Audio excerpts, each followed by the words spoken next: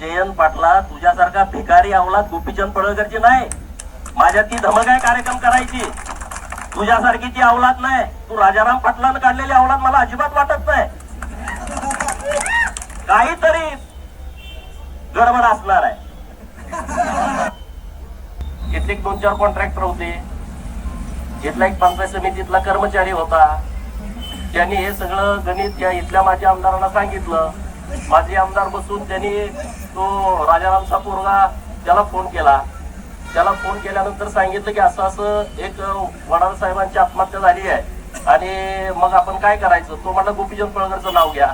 हा म्हणला त्यांचं नाव मला घेता येणार नाही. तर तो म्हणला ठीक आहे, मी माझ्या ईश्वरपूरचा आहे, मी त्यांच्या घरनं फिल्डिंग लावतो. हा कोण म्हणतोय? राजारामचा पोरगा म्हणतोय. बर विषय काय आम्हाला माहितच नाही ना. तर राजारामच्या पोराला हे कळायला पाहिजे 35 वर्ष तो आमदार आहे. एका आमदाराचं ज्युनियर इंजिनियरकडे काम काय असतं.